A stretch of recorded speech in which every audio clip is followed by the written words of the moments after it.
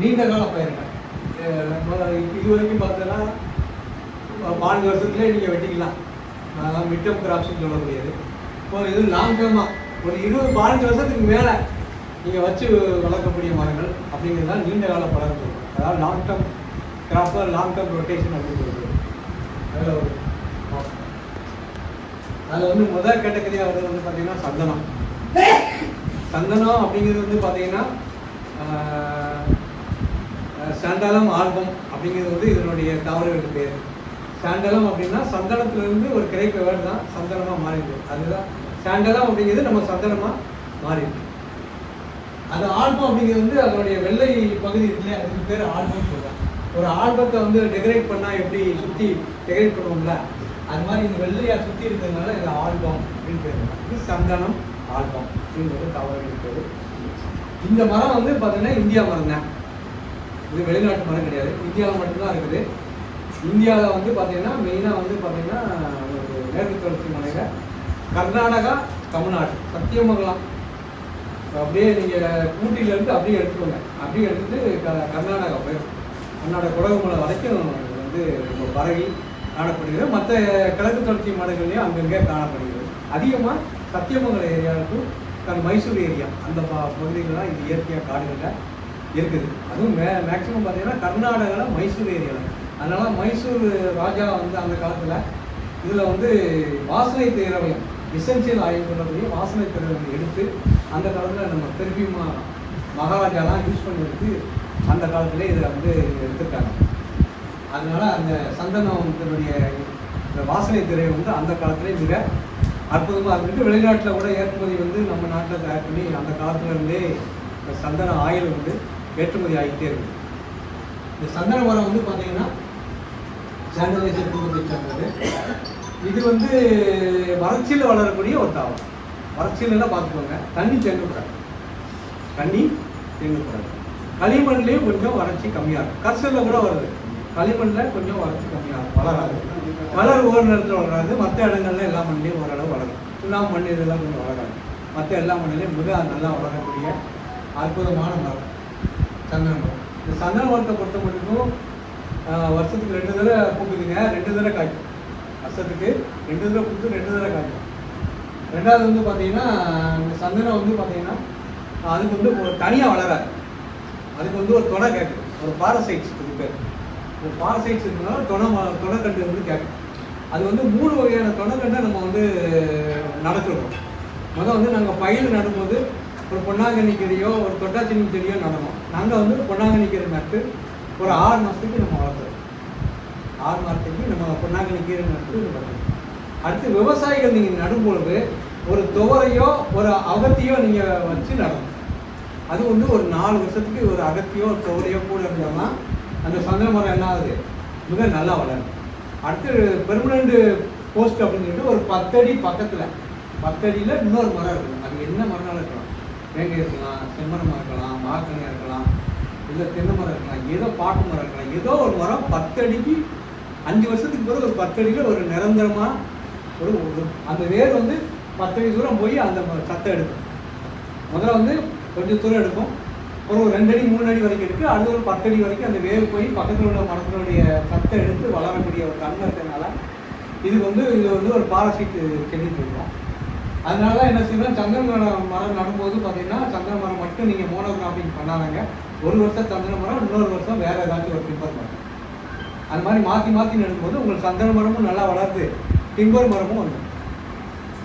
இப்போ சரி, இதனுடைய பலன் எப்போ கிடைக்கும் அப்படின்னு கேட்டிங்கன்னா 15 வருஷம் கழிச்சு தான் இந்த விதை கட்டையை உருவாக்குறாங்க. எப்போ உருவாகுதுன்னா 15 வருஷம் ஆகும். நல்லா கட்டை உருவாகுறது 15 வருஷம் ஆகுது. 15 வருஷத்துலேருந்து 30 வருஷம் வரைக்கும் இது 30 வருஷம் 40 வருஷம் ஆனப்புறம் தான் அந்த ஹார்ட்வுட் வந்து ரொம்ப ஸ்ட்ராங்காக ஃபார்ம் ஆகுது.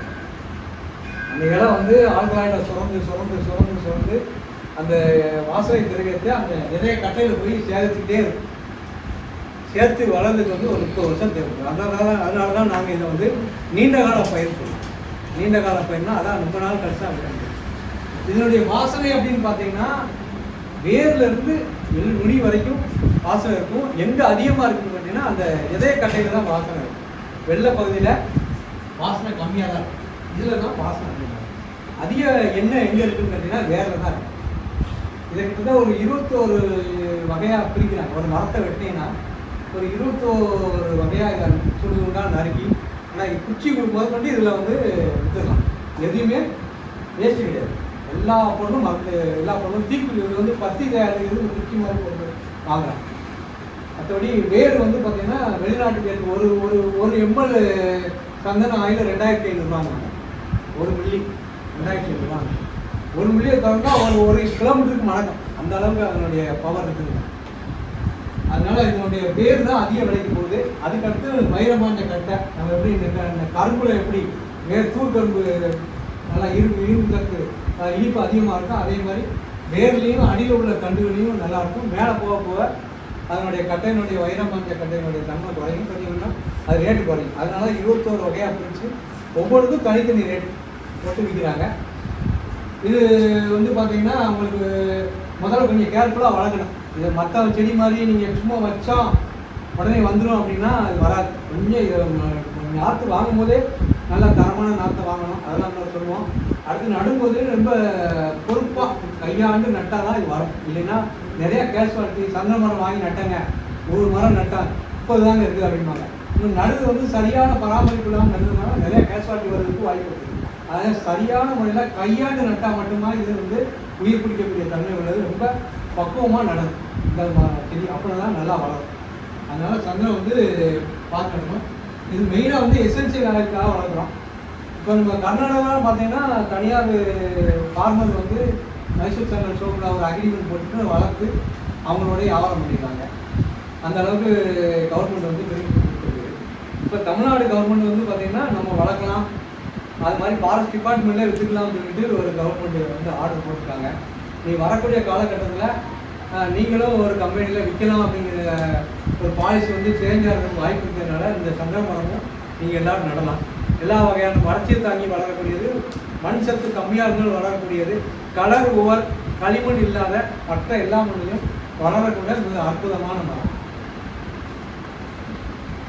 இது வந்து லாங் ரொட்டேஷன் நீண்ட கால மரம் சொல்கிறாங்க. நான் எப்படி பார்ப்பேன்னா ஹை வேல்யூ ஹைலி ரெகுலேட்டட், அதாவது அதிக மதிப்புள்ள மரம். ஆனால் அதிகமாக வந்து இதில் ப்ராசஸும் இருக்கும். சில வந்து விற்பனைக்கான வந்து கவர்மெண்ட் வந்து அது இதுன்னு கொஞ்சம் வச்சுருப்பாங்க. இதுக்கப்புறம் வர மரங்கள்லாம். இப்போ சந்தனம் பார்த்தீங்கன்னா இப்போ எப்படி இருக்குன்னா நீங்கள் யார் வேணாலும் வச்சுருக்கலாம். நாம் கட் பண்ணால் கவர்மெண்ட் கிட்ட மட்டும்தான் கொடுத்து சேல் பண்ண முடியும். ஸோ இது வந்து உடனே நடக்குமானா இல்லை. இப்போ பார்த்தீங்கன்னா கடைசியாக 2018 தான் கடைசியாக வந்து சேல்ஸே நடந்திருக்கு. இன்னொன்று வந்து A to Z வந்து இந்த மரத்தில் வந்து எல்லாமே வந்து வேல்யூ லைக் பணம் பண்ண முடியும் அப்படி இருக்கும். ஒன்று இதை எப்படின்னா இப்போது எப்படி வந்து ஹியூமனை போஸ்ட்மார்ட்டம் பண்ணுறாங்களோ அந்த மாதிரி தான் இது. ஸோ மரத்தை வந்து 15ஆக பிரிப்பாங்க. அது இது அதாவது செல் அடிச்சிருந்தாலும் சரி, அது டிஃபெக்டாக இருந்தாலும் சரி, எல்லாமே ஒரு கேட்டகரியில் வரும். இதில் வந்து நான் ஃபஸ்ட்டு கேட்டகரி மட்டும் நாம் கன்சிடர் பண்ணால் அது பார்த்தீங்கன்னா லாஸ்ட் சேல்ஸில் கவர்மெண்ட் தமிழ்நாடு கவர்மெண்ட் வந்து பண்ண சேல்ஸில் வந்து 40 lakhsலேருந்து 70 lakhs டோட்டலாக 70 lakhs வரைக்கும் வந்து சேல் ஆகிருக்கு ஒரு டன் சொல்கிறேன். ஒரு மரத்துலேருந்து எவ்வளோ வரும் 30 வருஷத்தில் அப்படின்னு பார்த்தீங்கன்னா 60லேருந்து 70 கிலோ அந்த நடுவில் இருக்கிற ஹார்ட்வுட் வந்து கிடைக்கும் வாய்ப்பு. ஸோ இப்போ நம்ம எப்படி ட்ரை பண்ணுறோம் அப்படின்னா, ஏன் இது வந்து ரெகுலேட்டடாக இருந்துச்சுன்னா உங்களுக்கு ரீசன் தெரியும். பிரிட்டிஷ் டைமில் வந்து நிறைய ட்ரீஸ் கட் பண்ணாங்க. ஸோ வந்து ஒரு காலத்தில் எல்லாமே போயிடுன்ற ஒரு நல்ல எண்ணத்தில் தான் வந்து அப்போதைக்கு கவர்மெண்ட் வந்து இதெல்லாம் வந்து சேல் பண்ண முடியாது, சேல்ஸ் பண்ண முடியாதுன்னு பண்ணியிருந்தாங்க. ஆனால் இப்போ இன்னைய சுச்சுவேஷன் பார்த்தீங்கன்னா எங்கே பார்த்தாலும் இருக்குது. வேப்ப மரத்தை விட சந்தன மரம் அதிகமாக நட்டுருக்காங்க அப்படி இருக்கும். ஸோ இப்போ வந்து இதுக்கான சேஞ்ச் வந்து கண்டிப்பாக தேவை. இப்போ ரீசெண்டாக நீங்கள் கேள்விப்பட்டிருப்பீங்க ரோஸ்வுட்டுக்கு வந்து பேன் எடுத்துட்டாங்க. அதாவது முன்னாடி வந்து ஈடி ரோஸ்வுட் நான் சொல்கிறேன். அது எப்படின்னா வெட்ட முடியாது, விற்க முடியாது, எல்லாத்துக்கும் பர்மிஷன் வாங்கணும் அப்படி இருக்கும். ஆனால் ரீசெண்டாக பார்த்தீங்கன்னா அதோட பேன் எடுத்துட்டாங்க. யார் வேணாலும் வெட்டலாம், யார் வேணாலும் வந்து இப்போ சேல் பண்ணலாம். எப்படி வந்து நம்ம தேக்க வெட்டுறோம் வைக்கிறோம் அதே மாதிரி. ஸோ அதே மாதிரி சாண்டலுக்கும் ரெட் சாண்டல்ஸுக்கும் நெக்ஸ்ட்டு 1 or 2 இயர்ஸில் வந்து வரதுக்கான வாய்ப்பு வந்து ரொம்ப அதிகமாக இருக்குது. எப்படி நாம் சொல்கிறோன்னா, ஸோ பாலிசி ரிலேட்டடாக வந்து ஹையர் லெவலில் வந்து இது டிஸ்கஸ் பண்ணிகிட்டு இருக்காங்க. எப்படி நம்ம நினைக்கிறோன்னா, ஒரு விவசாயி வந்து ஒரு தோட்டத்தில் மரம் நடுறாருன்னா அது எப்படி வந்து ஒரு ஒரு வெங்காயமோ ஒரு தக்காளியோ நடுற மாதிரி தான். அது வந்து அவர் விற்றுக்கிறதுக்கு எதுக்கு ஃபாரஸ்ட் டிபார்ட்மெண்ட் கிட்ட போய் கேட்கணும். ஸோ அது அவரோட பொருள் அவரோட லேண்டில் தான் வளருதுன்னு கிளியராக தெரியுது. ஸோ அந்த மாதிரி நம்ம ஒர்க் பண்ணுறோம். இன்னொன்று வந்து அவர் சொல்லியிருப்பாரு, கர்நாடகாவில் எப்படின்னா கர்நாடகா கவர்மெண்ட்டே வந்து காசை ஃபார்ம் கேட்டில் கொடுத்துட்டு ஃபார்மர் கிட்ட இருந்து வந்து இந்த ட்ரீஸை வாங்கிப்போம். ஆனால் தமிழ்நாடு கவர்மெண்ட் வந்து அப்படி பண்ணுறது இல்லை. அவன் பண்ண விருப்பம் இருக்கான்னு தெரியல. ஸோ நாம் எப்படி ட்ரை பண்ணுறோன்னா, சரி தமிழ்நாடு கவர்மெண்ட்டு, கர்நாடகா கவர்மெண்ட், நாம் ஃபார்மர் 3 பேரும் சேர்ந்து இதில் ஒர்க் பண்ண முடியும். இவங்களுக்கு தேவை அப்படி இல்லை அப்படி இந்த கேஸில் தமிழ்நாடு கவர்மெண்ட் வாங்கி கர்நாடகா கவர்மெண்ட்டுக்கு சேல் பண்ணி தரலாம். ஸோ அதில் என்ன பாசிபிலிட்டிஸ் இருக்குது அந்த மாதிரி நம்ம பார்க்குறோம். ஸோ சாண்டலுக்கு வந்து நெக்ஸ்ட்டு 2 to 3 இயர்ஸில் வந்து ரொம்ப கிளியரான பிக்சர் கிடைக்கும். எப்படி சேல் பண்ணுறது, எக்ஸ்போர்ட் பண்ணுறதுக்கான வாய்ப்பு எல்லாமே வந்து இப்போதைக்கு வந்து நல்ல ஸ்டேஜில் வந்து டெவலப்மெண்ட் இருக்குது. சாதாரணமாக சொல்ல போனால் நம்ம மார்க்கெட்டில் இன்றைக்கி 1 கிலோ 6000 to 15000 சந்தன கட்டை இப்போ போய்கிட்டு இருக்கு.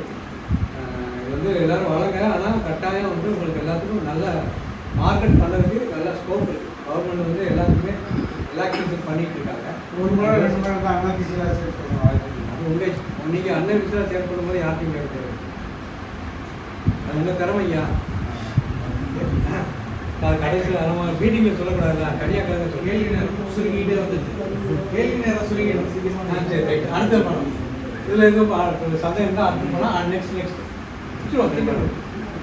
அடுத்து வந்து ஈட்டி. இப்போ சார் சொன்ன மாதிரி தான் முதல்ல 1993 ஃபாரஸ்ட் ஆக்ட் போட்டு இந்த மரத்தை வந்து யாரும் வெட்டப்படாமல் போட்டுருக்காங்க. கடந்த ஒரு 3 மாதத்துக்கு முன்னால் ஃபாரஸ்ட் கவர்மெண்ட் வந்து சரி செம்மரம் ரெட் சாண்டல் இப்போ வந்து புஷ்பான்னு ஒரு படம் மூலமாக அந்த மரத்தை பற்றி எல்லாருக்கும் விளம்பரம் பண்ணிட்டாங்க. இல்லைன்னா அது யாருக்கும் தெரியாமல் இருந்துச்சு. போகுது அது இந்த ஏரியாவில் தெரியும். எங்கள் சவுத்துலாம் பார்த்தீங்கன்னா செம்மரம்லாம் தெரியாது. இந்த பக்கத்தில் வந்து திருடி போய் மாட்டினதுனால எல்லாம் பேப்பரில் போட்டதுனால தெரிஞ்சு வச்சு, இல்லைன்னா தெரிஞ்சு வாய்ப்பே கிடையாது. இந்த செம்மரம் பொறுத்த மட்டும் டீரா கார்பஸ் சாண்டல் அப்படிங்கிறது தாவரம் இருக்குது. வேங்கைக்கு வந்து அக்கா மாதிரி வச்சுக்கோங்க, அக்காவா தங்கச்சியம். வேங்கை மரம்னா டீரா கார்பஸ் மார்சிபியம், இது வந்து டீரா கார்பஸ் சாண்டலினஸ். அது அக்கானா இது தங்கச்சி. இது வந்து பயிர் குடும்பத்தை சேர்ந்த ஒரு தாவரம்.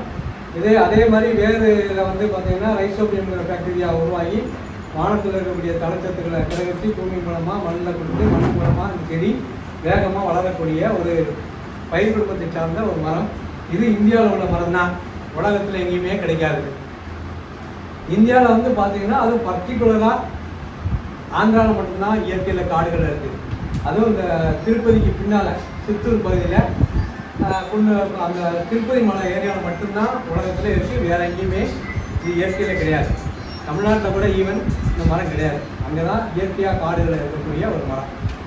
இது எந்த மாதிரி மண்ணில் வரும்னா சிவப்பு மண்ணில் ரொம்ப அருமையாக வளருது. செம்பறை மண்ணில், சிவப்பு மண்ணில், செம்மண் செம்பறை மண்ணில் மிக அருமையாக வளருது. மண்டல் மண்ணிலையும் நல்லா வளருது. மண்டல் கலந்த களிமண்ணில், தண்ணி தேங்காமல் இருக்கக்கூடிய மண்ணில் எல்லாத்துலேயும் வளரும். கர்சல் மண்ணிலையும் வளரும், ஆனால் அது வளர்ச்சி வந்து கொஞ்சம் கம்மியாக இருக்கும்.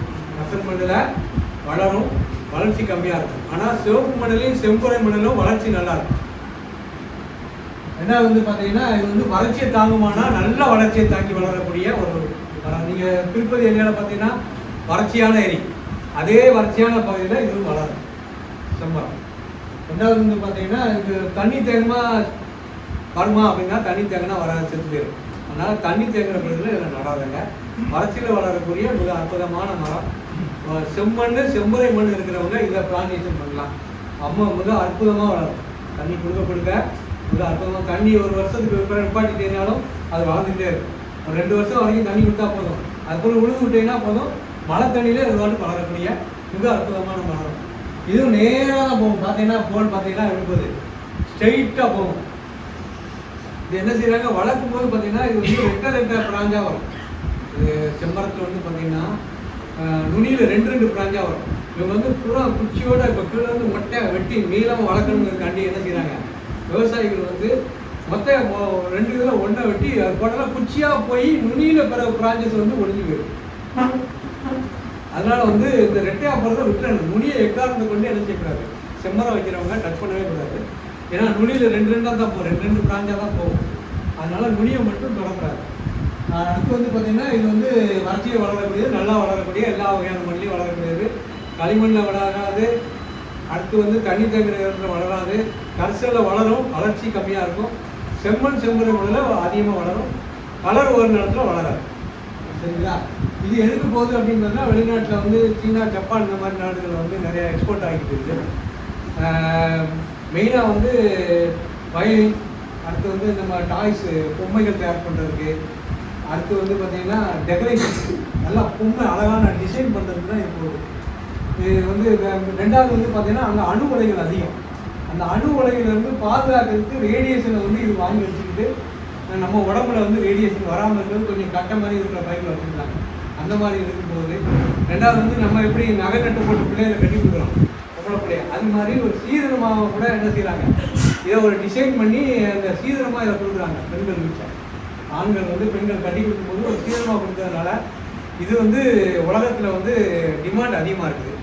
அடுத்து இது ஆயுர்வேத மனுஷனில் வந்து இது வந்து மருத்துவ பயன்கள், எப்படி நம்ம வேகை வந்து சர்க்கரை வியாதிக்கு மருந்தோ அது மாதிரி உடலில் வந்து நோய் எதிர்ப்பு சக்தியை அதிகப்படுத்துறதுக்கு நம்ம ஆயுர்வேத மருந்தில் வந்து நம்மளுடைய மரக்கட்டையிலே அப்படியே பவுடர் பண்ணி பயன்படுத்துகிறாங்க. ஆயுர்வேத மருந்துல நம்ம இந்திய மருத்துவத்தில் இந்த மருத்துவத்துக்கு இது பயன்படுது. இது இலை பட்டை எல்லாத்துக்குமே இதுவும் அதே மாதிரி செம்மரத்தில் எப்படி கம்கினோ அப்படின்னு ஒரு சொல்சல் உருவாகி அதை வந்து சாயத்துக்கு பயன்படுத்தோம், அதே மாதிரி இதில் ரத்த சிவப்பு கலரில் இதுவும் ஒரு கம்கினோ மாதிரி உருவாகும். இதுவும் காலரை செய்கிறதுக்கு, சாயங்கள் செய்கிறதுக்கு, மருந்து தயார் பண்ணுறதுக்கு, உடலில் உள்ள கிருமிகளை போக்குறதுக்கு, வயிற்றுக்கு போன்ற சம்பந்தமான வியாதிகளுக்கும் இதை வந்து பயன்படுத்துகிறாங்க. இது வந்து பார்த்தீங்கன்னா நல்ல அதனால தான் வெளிநாட்டுக்கு ஏற்றுமதி போய் திருடுறாங்க. இது வந்து பார்த்தீங்கன்னா இப்போ கவர்மெண்ட்டில் இது வந்து என்ன செஞ்சுருக்காங்க, IUCNல அழிஞ்சு வரக்கூடிய மரம் லிஸ்ட்டில் அந்த மரம் இருக்குது. உலகத்தில் அழிஞ்சு போகக்கூடிய மரம் லிஸ்ட்டில் வந்து IUCNல இருந்து கொண்டு வந்திருக்காங்க. அதனால அந்த மரத்தை பாதுகாக்கணும் அப்படிங்கிற பொருட்களாக இதாக இருக்கும். ரெண்டாவது வந்து வெளிநாட்டில் டிமாண்ட் இருக்கிறதுனால நிறைய திருடுகள் நடக்குது. அதுக்காக இப்போ எல்லாரும் வளர்த்துட்டோம்னா யாரும் திருட மாட்டாங்கல்ல, அதனால தான் இந்த மரத்தை வந்து நம்ம எல்லாருமே ப்ரொமோட் பண்ணுவோம். ஆனால் சைனாக்காரனையும் ஜப்பான்காரனையும் தைவான்காரனை நம்பி நம்ம வளர்த்தோம்னா ஒரு காலத்தில் நிறையா கவர்மெண்ட் வந்து இந்த தடை சட்டத்தை எடுத்துட்டோம்னா நல்ல விலைக்கு நம்ம சந்தன மாதிரி இது விற்கலாம். அதனால் வறட்சியில் வளரக்கூடியது மிக அற்புதமான மரத்தினால இதை வந்து எல்லாரும் வளர்க்கணும். டிம்பருக்கு எல்லாத்துக்கும் ஆகும். அதுக்காக சார் வெளிநாட்டில் ஏற்ற முடியுமா அப்படின்னு கேட்டீங்க. நீங்கள் மரச்சாமான்கள் நில சண்டல் கதவு சேரு டேபிள் எல்லாமே போட்டீங்கன்னா பல ரத்த கலரில் பரம்பரை எந்த கிருமியோ டெர்மைட்டோ பூச்சியோ எதுவுமே பூச்சிகளோ எதுவுமே அரிக்காது, ரொம்ப ஸ்ட்ராங்காக இருக்கும். ஏன்னா அதில் உள்ள இருக்குது ஆல்கலைட் இருக்குது. அதனால் இதை வந்து அதுவும் வறட்சியில் வந்து ஸ்ட்ரெஸ்ஸில் வளரக்கூடிய ஒரு மரம். அதனால் வந்து எல்லா வகையான மரச்சாமான்கள் பயன்படாத எந்த விதமான பழுது இதில் ஆகாது. அதனால் எல்லாரும் இந்த மரத்தை நடுங்க. ரேட்டை பற்றி அவர் சொல்லுவார். இது பார்த்தீங்கன்னா இப்போதைக்கு கவர்மெண்ட்டோட ரூல் எப்படி இருக்குன்னா, நீங்கள் வாங்கவோ விற்கவோ முடியாது தமிழ்நாட்டில் வந்து. ஆனால் வந்து தமிழ்நாட்டுக்குன்னு எக்ஸ்போர்ட் கோட்டா இருக்கும். அதாவது 900 மெட்ரிக் டன் வந்து நம்ம வந்து எக்ஸ்போர்ட் பண்ண முடியும் தமிழ்நாட்டில். ஸோ இதில் தான் வந்து நம்ம இப்போது லீகலாக மட்டும்தான் நம்ம எப்பவுமே டிஸ்கஸ் பண்ணுவாங்க. ஸோ லீகலாக வந்து எக்ஸ்போர்ட் பண்ணுறாங்க. யாரெல்லாம் பண்ண முடியும்னா எக்ஸ்போர்ட் லைசன்ஸ் வச்சுருக்கவங்க வந்து பண்ண முடியும். ஆனால் ஒரு விவசாயிக்கிட்ட எக்ஸ்போர்ட் லைசன்ஸ் இருக்குமானா இருக்காது, ஜென்ரலாக அப்படி இருக்கும். ஸோ ஆந்திரா இருக்கு இல்லையா, அவங்க இருக்கிற பையர்ஸ் வந்து தமிழ்நாட்டிலேருந்து வாங்கி தமிழ்நாடோட கண்டென்ட் வந்து எக்ஸ்போர்ட் பண்ணுறாங்க. இதில் வந்து எப்படி சாண்டில் 15 கிரேடாக பிரிக்கிறோம், அந்த மாதிரி இது வந்து 3 கிரேடாக பிரிப்பாங்க, grade A, B, C. So grade A பார்த்தீங்கன்னா லைக் ஃபார்ம் கேட்டில் வந்து ஒரு மெட்ரிக் டன் வந்து 12 லட்சத்துலேருந்து 15 லட்சம் வரைக்கும் வாங்கிப்பாங்க. ஸோ அதே மாதிரி தான் இது வந்து 35 வருஷம் மினிமம் ஆகிருக்கணும். அவங்களுக்கு வந்து 150லேருந்து 200 மரமாவது மொத்தமாக இருந்தாங்கன்னா ஆந்திர பிரதேசத்தில் பையர்ஸ்லாம் இருக்காங்க, அவங்க வந்து பார்த்துட்டு ஃபார்ம் கேட்டில் வந்து வாங்கிப்பாங்க. ஸோ 12 to 15 lakhs அந்த ஃபஸ்ட் கிரேட் வந்து போகுது.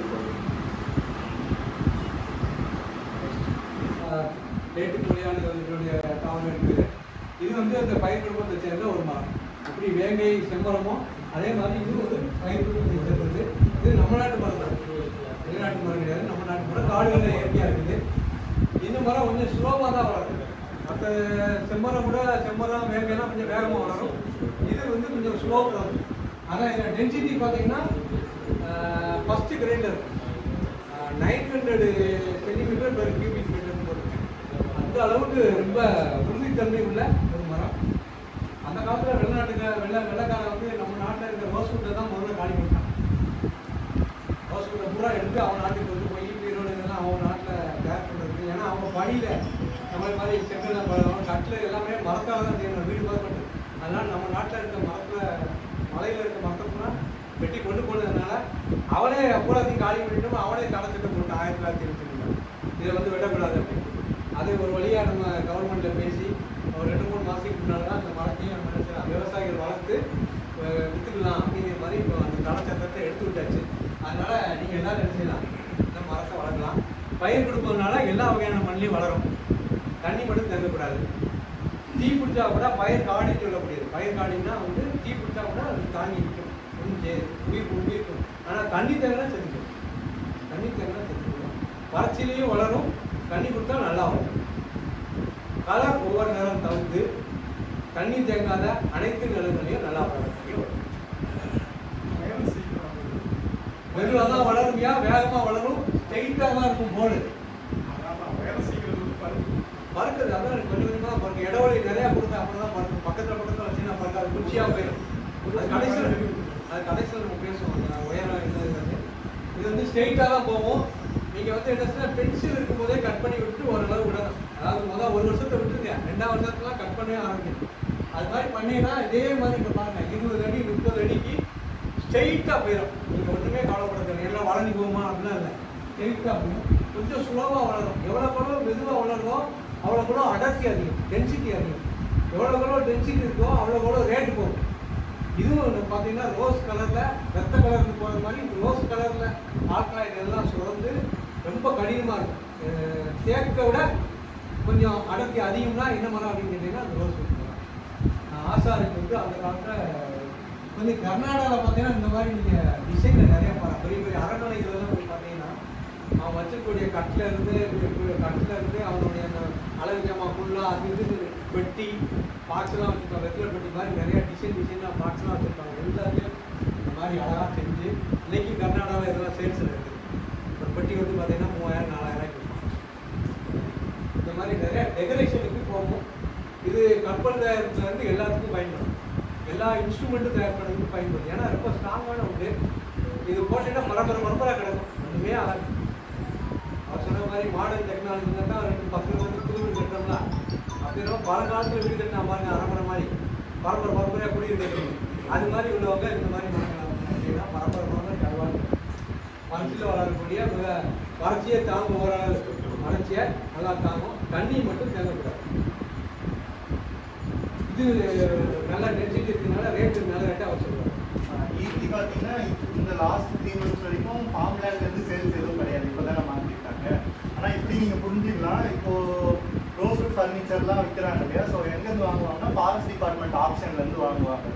ஸோ அதில் பார்த்தீங்கன்னா லாஸ்ட் இயர் ஆப்ஷன் படி பார்த்தீங்கன்னா ஈட்டி வந்து எவ்வளோ ஒரு டன் வந்து 1-1.5 லட்சம் வரைக்கும் ஒரு மெட்ரிக் டன் வந்து வாங்குறாங்க. ஸோ அதே ரேட்டில் வந்து இப்போ நம்ம எதிர்பார்க்கலாம், அதை விட கொஞ்சம் கம்மியாக எதிர்பார்க்கலாம் ஃபார்மர்ஸ்கிட்ட வாங்குவாங்க. ஸோ இப்படி வச்சுக்கலாம் 1-1.5 லட்சம் பர் மெட்ரிக் டன் ஒரு டன். வந்து நல்லா சம்பாத்தியம் பண்ணணும் அப்படின்னா பார்த்தீங்கன்னா செம்மரம், சந்தனம், அடுத்த லிஸ்ட்டில் இருக்குது நம்ம ஈட்டி மரம், அதாவது ரோஸ் உண்டு, நாட்டு மரங்கள். படாக்கு வேங்கை மாதிரி தான் ஐயா. இந்த மரம் இருக்கு பார்க்கலாம், மரம் இருக்கு போகும்போது பார்க்கலாம், சரிங்களா?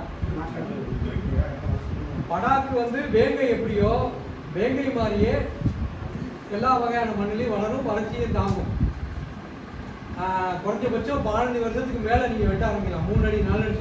படாக்கு வந்து வேங்கை வந்து கேனப்பி கொஞ்சம் சின்னதாக இருக்கும், படாக்கு வந்து ரொம்ப பெரிய அளவில் இளமலைக்கு நிறைய பெருசாக விட்டு நிறையா வரும். அப்படிங்கிறது படாக்கு வந்து வேங்கையை விட டென்சிட்டி கூட வந்து நல்லா சுற்றளவு அதிகமாக கிடைக்கக்கூடிய ஒரு வாய்ப்பு படாக்கு உண்டு. அதனால இது 15 வருஷத்துக்கு பிறகு நீங்கள் வெட்டிக்கலாம், வறட்சியை தாங்கும், எல்லா வகையான மண்ணிலையும் வரும், தண்ணி தேங்கினா வராது. ஒரு டன்னு வந்து அதே மாதிரி தேக்கைக்கு என்ன ரேட்டோ அதே ரேட்டு உங்களுக்கு படாக்கு நீக்கும், வேங்கைக்கு போகிற ரேட்டு நீக்கிறாங்க. அடுத்து நாட்டு மரம், நாவல் மரம். இது வந்து தண்ணி